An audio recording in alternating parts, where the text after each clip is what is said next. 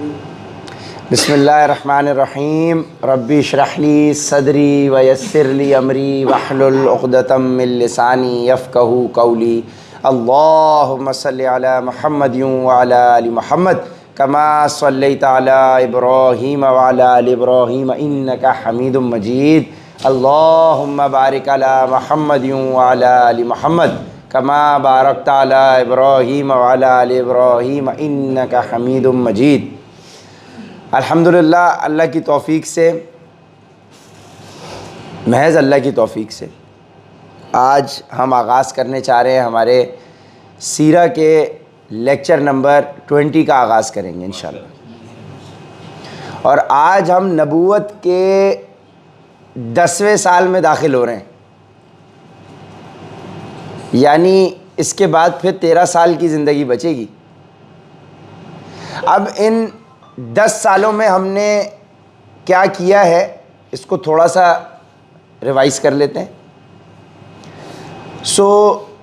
نبوت کا سلسلہ جب شروع ہوا، غار حرا پر وحی کا سلسلہ شروع ہوا، سورہ علق کی اقرأ بسم ربک الذی شروع کی 5 آیات وہ نازل ہوئی۔ اس کے بعد وحی کا سلسلہ رک گیا چند ہفتوں کے لیے، دنوں کے لیے، جو بھی آتا ہے وہ ایگزیکٹ ڈیٹ ایگزیکٹ تو اللہ جانتا ہے، لیکن کچھ ٹائم کے لیے وہ سلسلہ رکا۔ اس کے بعد پھر وہی آسمان پر حضرت جبرائیل کو دیکھا، اور اس کے بعد زملونی زملونی کرتے کرتے اللہ کے نبی گھر چلے گئے، کمبل اوڑھ لیا، پھر یا ایھا المدثر قم فانذر، اٹھے اور ڈرائے۔ انذر کا مطلب انذار، انذار کا مطلب ڈرائے۔ تو پہلی بات یا ایھا المدثر قم فانذر سے شروع ہو گئی کہ اب اٹھنا ہے، اب لیٹنے کا وقت، اب آرام کا وقت ختم، اب اٹھنا ہے اور اب ڈرانا ہے۔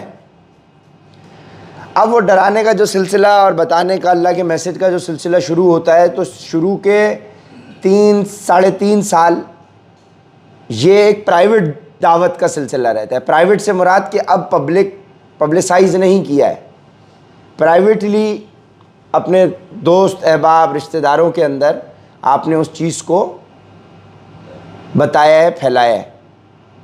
تو کوئی بھی سکسیسفل سسٹم اگر آپ نے اسٹیبلش کرنا ہے تو وہ ایک دم سے پبلک مارکیٹنگ شروع نہیں ہوگی، اس کی آرگینک رہے گی، ٹھیک ہے نا بھائی۔ کوئی بھی نیا کام، چونکہ سیرہ کے اندر آپ کو سکسیس کا ماڈل ملتا ہے، تو کوئی بھی سکسیسفل ماڈل پہلے دن سے مارکیٹنگ پہ نہیں جائے گا، وہ آرگینک پہ چلے گا۔ آرگینک کا مطلب جو کلوز سرکل ہے، فرینڈز اینڈ فیملی ہیں، ان تک وہ میسج دیا گیا۔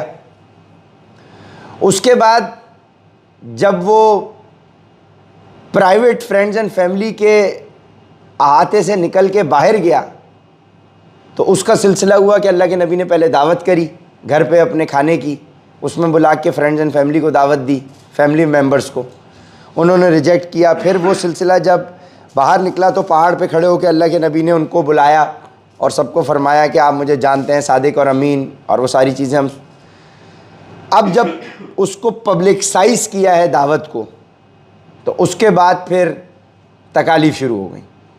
ان صحابہ پر جو ایمان لے کر آئے، جو غلام تھے، جو کمزور تھے، ان کے اوپر ظلم و ستم شروع ہو گیا۔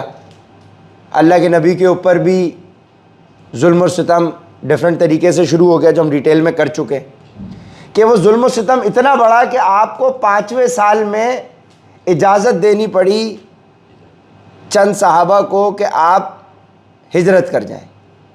تو جیسے ہی ہجرت کے لیے، یہ حبشہ کے لیے نجاشی کے پاس اللہ کے نبی نے کہ وہ عادل حکمران ہے، آپ لوگ وہاں چلے جائیں، جدہ کے ساحل سے کشتی کو لے کر جیسے تیسے 12 15 17 لوگ حبشہ چلے گئے، جس میں حضرت عثمان بھی تھے اور باقی صحابہ تھے، ام سلمہ، ابو سلمہ اللہ کے نبی کے کزن، اور 15-17 3 مہینے کے بعد ان کو خبر آئی، یہاں پہ سورہ نجم نازل ہوئی، اللہ کے نبی نے سورہ نجم کی تلاوت کری، تمام کفار جو ہیں وہ سجدے میں گر پڑے، اور سجدے میں گرنے کے بعد یہ افواہ پھیل گئی کہ بھائی مشرکین مکہ ایمان لیا ہے. جب حبشہ یہ افواہ پھیلی تو انہوں نے کہا کہ جب ایمان ہی لیا ہے تو اب ہمارا حبشہ میں رہنے کا کیا فائدہ. تو 3 مہینے کے بعد یہ ہجرت سے واپس آ گئے. جب یہ یہاں آئے تو ان کو ریالٹی پتہ چلی کہ بھائی یہ تو ایسا سلسلہ نہیں ہے. تو اب کہ یہ پھر 15 لوگ نہیں گئے, اب کہ یہ 70-80 لوگ واپس گئے. یعنی اتنے 3 مہینے میں ظلم و ستم اتنا بڑھ گیا ہوگا, ظاہر ہے بڑا, کیونکہ جب ان کو پتہ چلا کہ بھائی 15-17 لوگ یہاں سے حبشہ ہجرت کر گئے تو انہوں نے اتنا ظلم و ستم بڑھایا کہ اگلے دفعہ نہ جائیں لوگ. لیکن اللہ کی حکمت دیکھیں کہ وہ افواہ پھیلنی تھی, انہوں نے واپس آنا تھا, انہوں نے پورا سلسلہ بتانا تھا اور اپنے ساتھ لے کر جانا تھا. تو یہ اللہ کی حکمت ہے, ہر چیز میں اللہ کی حکمت ہے. اب یہ یہاں سے یہ لوگوں کو لے کر چلے گئے. اس کے بعد حضرت عثمان ادھر ہی رک گئے, حضرت ابو بکر جو جانا چاہتے تھے وہ بھی ادھر ہی رکے. اب یہاں پہ 5ویں-6ٹھے سال کے قریب حضرت حمزہ اور حضرت عمر ایمان لے کر آئے. اب جب حضرت عمر ایمان لے کے آئے تو پھر احادیث سے ہمیں ملتا ہے کہ ابن مسعود فرماتے ہیں کہ اس کے بعد ہم نے گھر میں رک کے نماز نہیں پڑھی, پھر جو بھی عبادت تھی جو بھی سلسلہ تھا پھر کعبے میں 2 ٹوک جا کے کیا. تو اب حضرت حمزہ ایمان لے آئے, حضرت عمر ایمان لے آئے 6-7ویں سال کے اندر. تو یہ اسی طرح سے معاملات چلتے رہے. اور جب یہ ہوا تو ابو طالب کے پاس آ کے کہتے تھے کہ بھائی آپ اپنے بھتیجے کی پروٹیکشن نہ کریں, کیونکہ وہاں پہ قبائلی تعصب تھا, قبائلی سلسلہ تھا. تو وہاں پہ قبیلے کا جو آپ کا بڑا تھا وہ آپ کو پروٹیکشن دیتا تھا تو آپ وہاں پہ رک سکتے تھے. تو ابو طالب سے بار بار یہ کہا جاتا تھا کہ آپ نے بھتیجے کی پروٹیکشن نہ کریں جیسے تیسے. اور جب انہوں نے اس پروٹیکشن سے وڈرا نہیں کیا حضرت ابو طالب نے, تو ان کے اوپر بائیکاٹ کا سلسلہ ان لوگوں نے جاری کر دیا کہ اب ہم اپنی شادیاں آپ لوگوں کے ساتھ نہیں کریں گے, بنی ہاشم کے ساتھ, ہم آپ لوگوں کے ساتھ لین دین کا معاملہ نہیں کریں گے. تو ان کے ساتھ سوشل بائیکاٹ کیا, اور جب ان کے ساتھ اکنامک بائیکاٹ کیا تو جب یہ معاملات ہوئے تو ابو طالب اپنا پرائیویٹ لینڈ جو مکہ سے تھوڑا سا نکل کے تھا, جس کو شیب ابی طالب کہتے ہیں, ادھر سیلف امپوزڈ, یعنی مشرکین مکہ نے نہیں کہا تھا کہ آپ یہاں سے نکل جائیں, انہوں نے اپنی ذات پہ خود امپوز کیا اور یہ شیب ابی طالب میں جا کے سیلف امپوز بائیکاٹ اپنے اوپر کر لیا. ٹھیک ہے جی, ابو طالب نے. اب یہ سلسلہ 2, 2.5, 3 سال واللہ عالم کتنا چلا, یہ 10ویں نبوت کے سال تک جاری رہا. بیچ میں ہمارے پاس جو آتا ہے حضرت بلال کے ذریعے اور دوسرے صحابہ کے ذریعے کہ ہمیں کھانے کو اتنا بائیکاٹ ہو گیا تھا کہ ویسٹ جو ہم سٹول پاس کرتے تھے بہت, ظاہر ہے جب آپ کھانا کھاؤ گے نہیں تو آپ کا کیا ویسٹ نکلے گا. آپ پتے کھاؤ گے, آپ کے پاس کھانے پینے کے لیے اشیاء موجود نہیں ہے, تو پھر ظاہر سی بات ہے. تو اب یہاں پہ 2, 2.5, 3 سال کے ٹف ٹائم گزارا آپ نے. اس ٹف ٹائم کو جب آپ نے گزارا اور آپ یہاں سے 10ویں سال کے اندر 10 رمضان کو حضرت خدیجہ کا انتقال ہو جاتا ہے, وہ دنیا سے پردہ فرما جاتی ہیں. انہی تکالیف کے ساتھ ساتھ رجب, شعبان, رمضان 10 کو اور ایگزیکٹلی 40 دن کے بعد ابو طالب کو جب یہ 10ویں سال کے اندر اب حضرت خدیجہ کا انتقال فرما گئی ہیں, اللہ کے نبی نے ان کی تدفین کا سلسلہ خود کیا ہے, قبر میں جا کے ان کو خود اتارا ہے, اور اس وقت نماز جنازہ کا حکم نہیں آیا ہوا تھا تو وہاں نماز نہیں ہوئی. خیر اللہ کے نبی نے ان کی تدفین کا معاملہ کیا, اور اس کے بعد 10ویں سال میں اب ابو طالب جو ہیں وہ واپسی, بائیکاٹ ختم ہو کے وہ جو ٹریٹی کا سلسلہ تھا جس پہ وہ کیڑے سب کھا گئے تھے معاہدے کو, جو خانہ کعبہ میں لٹک رہا تھا اس میں صرف بسمک اللہ لکھا ہوا تھا, اور باقی سب کھا چکے تھے، تو وہ ٹریٹی ختم ہوئی، ابو طالب وہاں سے واپس آ گئے۔ اب جیسے یہ مکہ دوبارہ آ گئے تو یہاں آنے کے بعد ابو طالب بھی ودن 40 ڈیز، یہ آنے کے بعد ہی ابو طالب بھی، ان کے اوپر بھی موت کے اثرات شروع ہو گئے، یعنی اللہ کے پاس اپنے خالق حقیقی سے جا ملنے کے اثرات شروع ہو گئے۔ اور بنو ہاشم کے جو آثار ہوتے تھے وہ لوگ دیکھ کے پہچان جاتے تھے کہ جتنے بھی یہ جب جانے سے پہلے ان لوگوں کا کیفیت کیا ہوتی ہے، تو اب ان کے اوپر وہ آثار شروع ہو گئے۔ جب وہ آثار شروع ہو گئے تو ابو جہل، ابو لہب، عتبہ ابن ربیہ اور یہ جتنے بھی تھے، ربیہ، اور یہ جتنے بھی بڑے بڑے دارالندوہ میں بیٹھنے والے تھے، کیونکہ ابو طالب ایمان نہیں لائے ہیں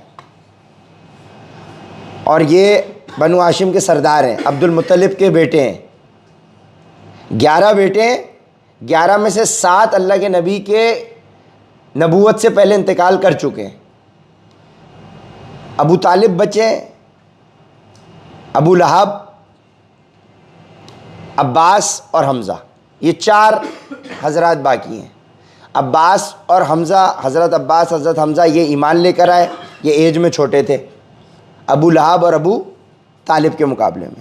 تو ابو طالب کے پاس ابو لہب، جو سورہ لہب بھی ہے، تو یہ جتنے بھی بڑے تھے، اب آپ امیجن کریں ابو طالب بیمار پڑے، ان کے پاس یہ سارے سینئر لوگ آ کے بیٹھ رہے ہیں، ان کو نظر آ گیا کہ اب یہ جانے کا وقت قریب ہے۔ انہوں نے آ کے کہ بھائی آپ یہ جو اپنا اور اپنے بھتیجے کا معاملہ ہے ہمارے درمیان، نبی پاک صلی اللہ علیہ وآلہ وسلم، یہ جو معاملہ ہے اس کو آپ اپنی زندگی میں ریزولو کر لیں، نہیں تو آگے یہ سول وار کی طرف چلا جائے گا۔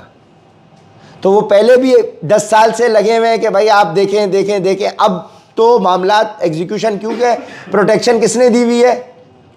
ابو طالب نے۔ ابو لہب تو ویسے ہی دشمن ہے، دشمنی پہ آمادہ ہے اسلام کو قبول کرنے کی۔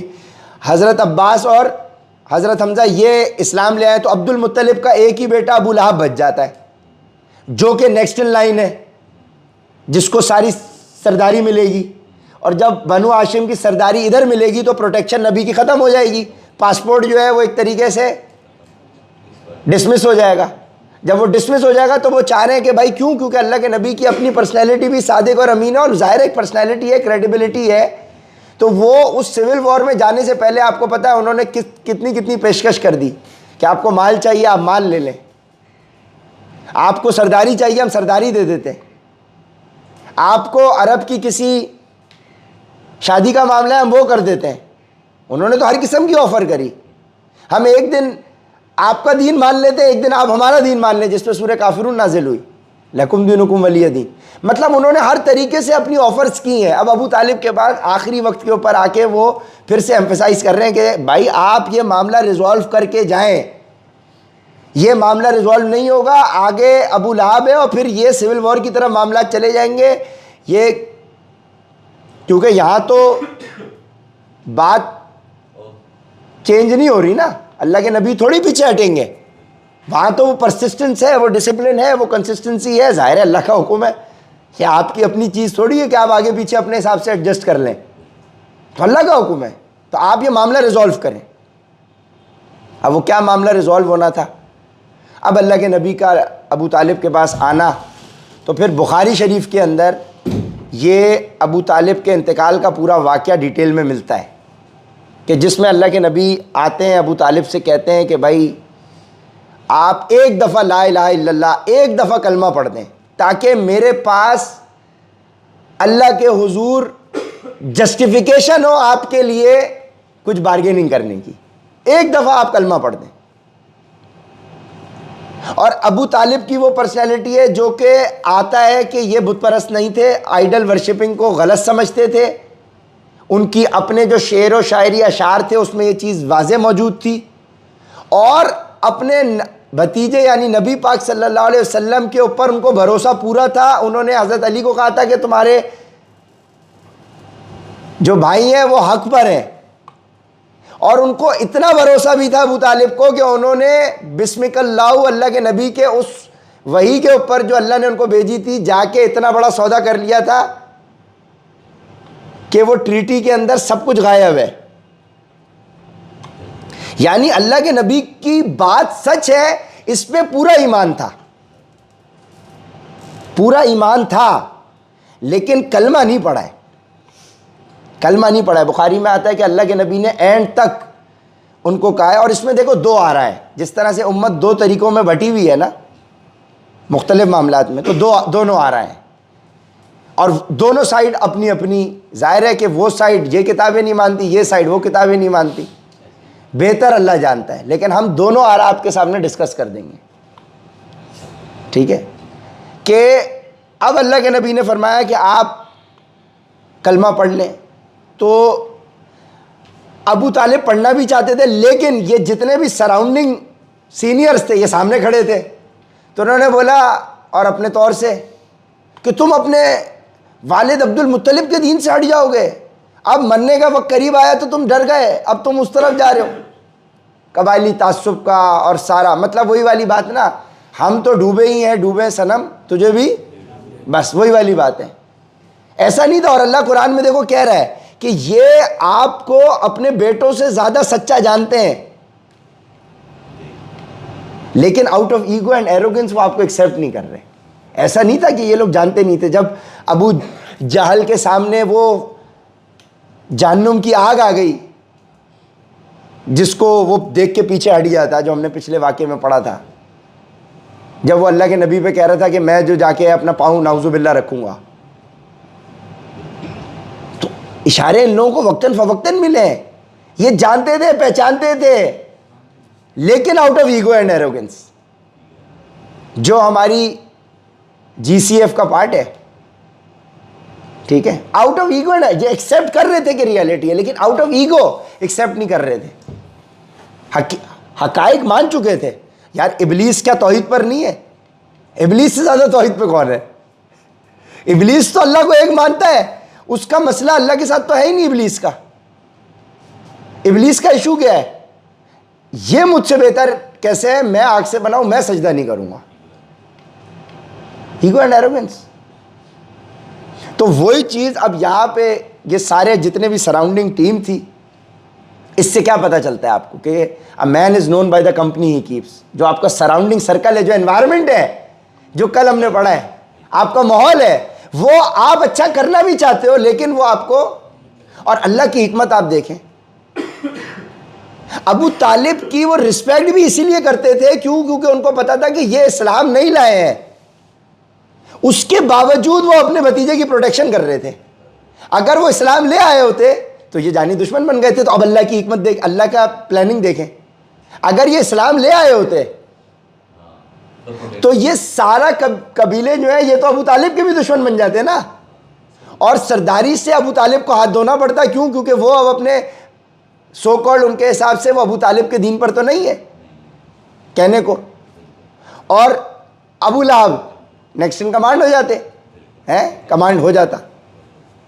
تو کیا بات ہوتی کہ بھائی ایونچولی یہ سب ایک حکمت کے تحت اللہ بہتر جانتا ہے کہ اللہ نے اینڈ ٹائم تک ان کو. تو پھر اس میں آتا ہے کہ بھائی انہوں نے لب ہلے, ہونٹ ہلے, تو دونوں سائیڈ کی ریزنز بنتی ہیں. تو حضرت عباس اللہ کے نبی سے پوچھتے ہیں, ان سے روایت ہے کہ کیا آپ ابو طالب کو کوئی بینیفٹ پہنچا سکے؟ تو اللہ کے نبی نے فرمایا کہ میں بالکل پہنچا سکا بینیفٹ. وہ اس طرح سے کہ جہنم کی آگ کے بہت دور اللہ نے ان کو جگہ دی ہے, جہنم کی آگ کے دور. اور دوسری حدیث سے ملتا ہے کہ سب سے کم جو سزا ہے وہ یہ ہے کہ آپ کو لوہے کی سینڈلز پہنائی جائیں گی, فائر آف سینڈلز, آگ کی سینڈلز پہنائی جائیں گی. سب سے کم سزا جہنمی کی کیا ہے؟ جو جہنم میں جا رہا ہے اس کو آگ کی سینڈل پہنائی جائے گی, جس سے اس کا سر گرم بوائل ہونا شروع ہو جائے گا, دماغ بوائل ہونا شروع ہو جائے گا. اور اسی دوران سورہ قصص کی آیت نمبر 56 نازل ہوتی ہے. انک لا تہدی من احببت ولکن اللہ یہدی من یشاء وہو عالم بالمہتدین. بے شک آپ جسے چاہیں ہدایت نہیں دے سکتے، بلکہ اللہ جسے چاہتا ہے ہدایت دیتا ہے، اور وہ ہدایت پانے والوں کو اچھی طرح جانتا ہے. آپ نہیں دے سکتے ہدایت. ہمارے نبی سے ڈائریکٹلی بات ہو رہی ہے کہ اللہ جسے چاہتا ہے، آپ جسے محبت کرتے ہیں، آپ اسے ہدایت نہیں دے سکتے، بے شک اللہ جسے چاہتا ہے ہدایت دیتا ہے. تو ہمارا کام ہدایت دینا نہیں ہے. ہمارا کام کب تک انس بھائی آپ لگے رہے، ہمارا کام ہدایت دینا نہیں ہے. ہدایت اللہ دیتا ہے، یہ اللہ کا ڈومین ہے. اور اسی کے ساتھ سورۃ توبہ کی آیت نمبر 113،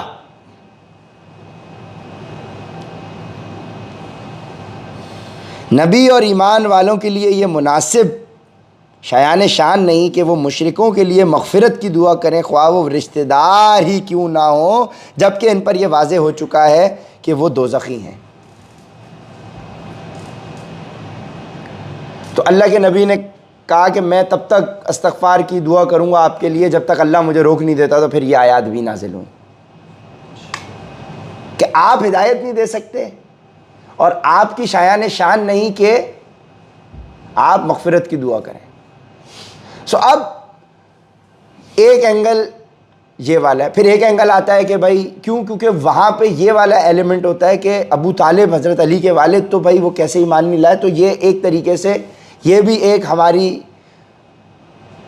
ہمارے لیے اس امت میں ایک بون آف کنٹینشن ہے، یعنی یہ بھی ایک اس میں بھی مختلف آ رہے ہیں.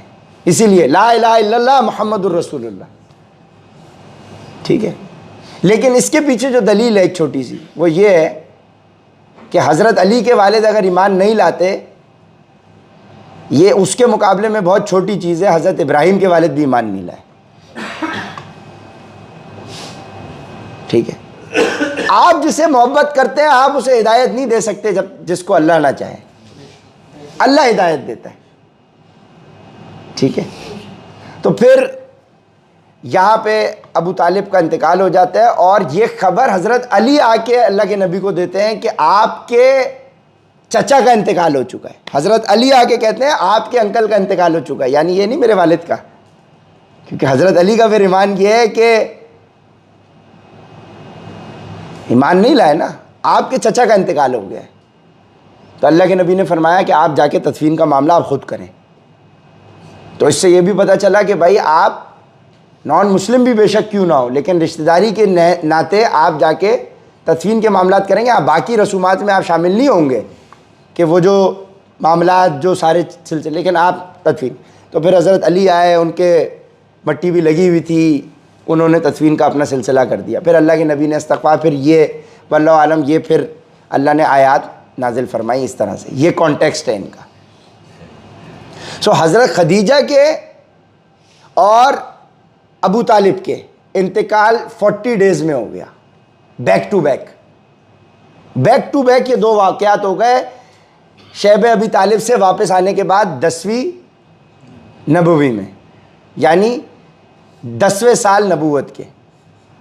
اور اس سال کو عام الحزن کہا گیا، ایئر آف سورو، یعنی غم کا سال اس کا نام دیا گیا. اور حضرت خدیجہ کے انتقال کے بعد ظاہر ہے اللہ کے نبی کو صحابہ فرماتے ہیں ہم نے مہینوں تک مسکراتے نہیں دیکھا. ظاہر ہے یہ حضرت خدیجہ کی جو پرسنالٹی ہے، اور جو حضرت خدیجہ کے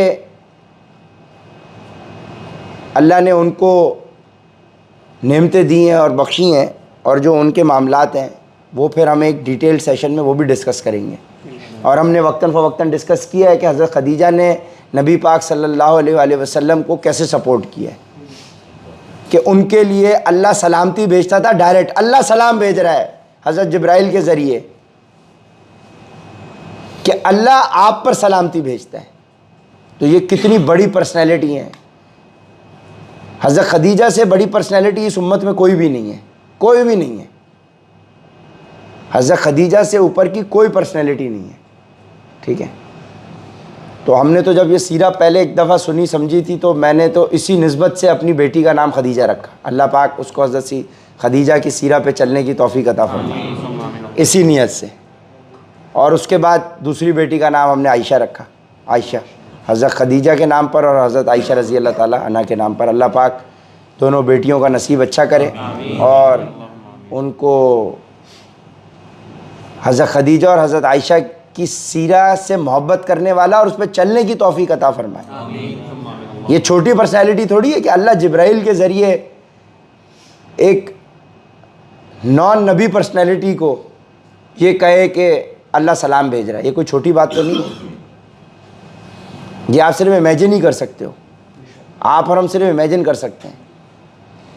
اللہ پاک ہمارے اعمال ایسے کرے کہ ہمیں جنت میں حضرت خدیجہ سے جو ام المومنین ہے, جو اللہ کے نبی کی دنیا اور آخرت دونوں میں اللہ کے نبی کی زوجہ محترمہ ہے, ہمیں ان سے ملنے کی سعادت نصیب فرمائے.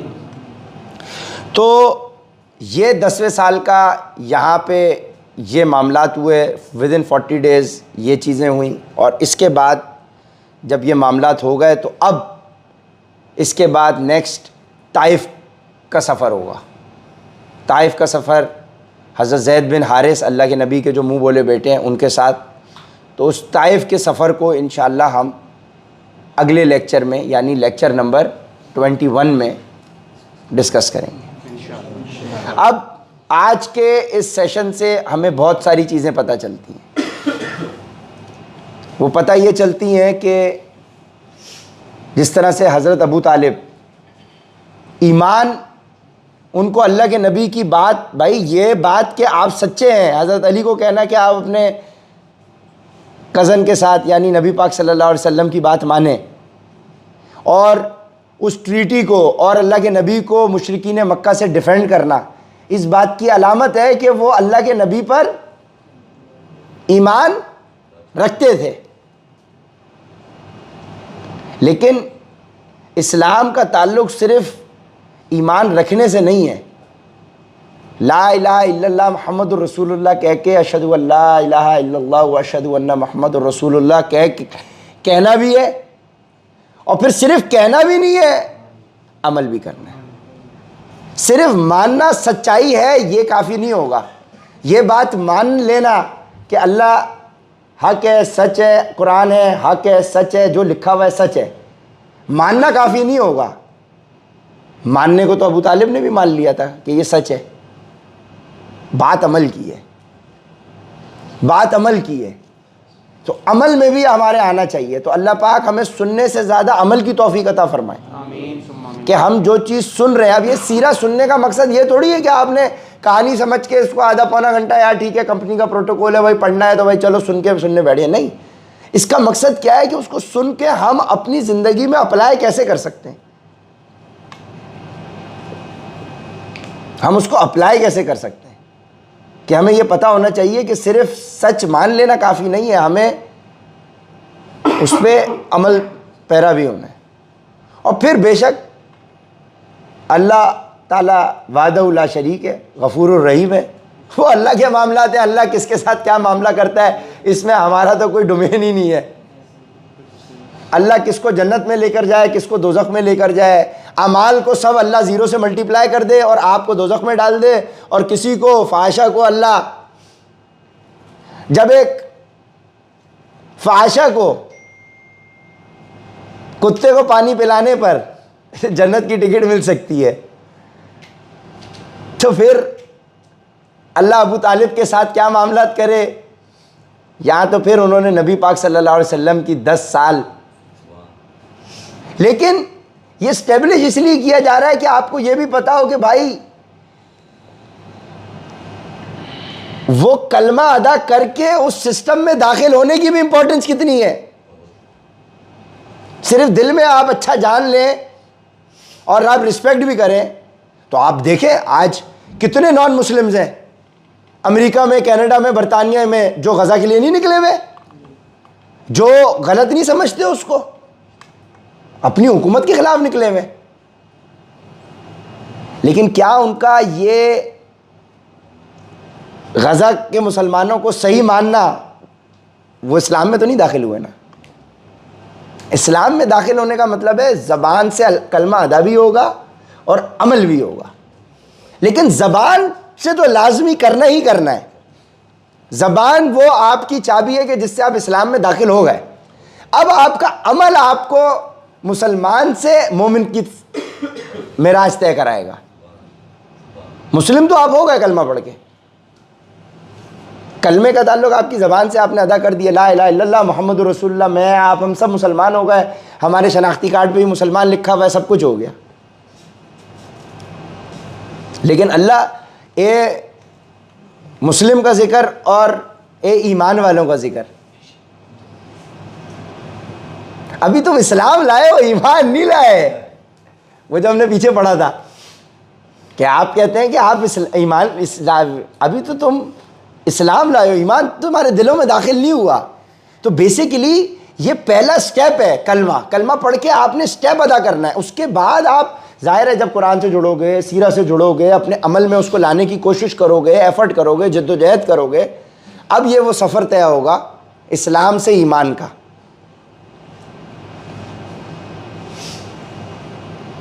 ٹھیک ہے جی.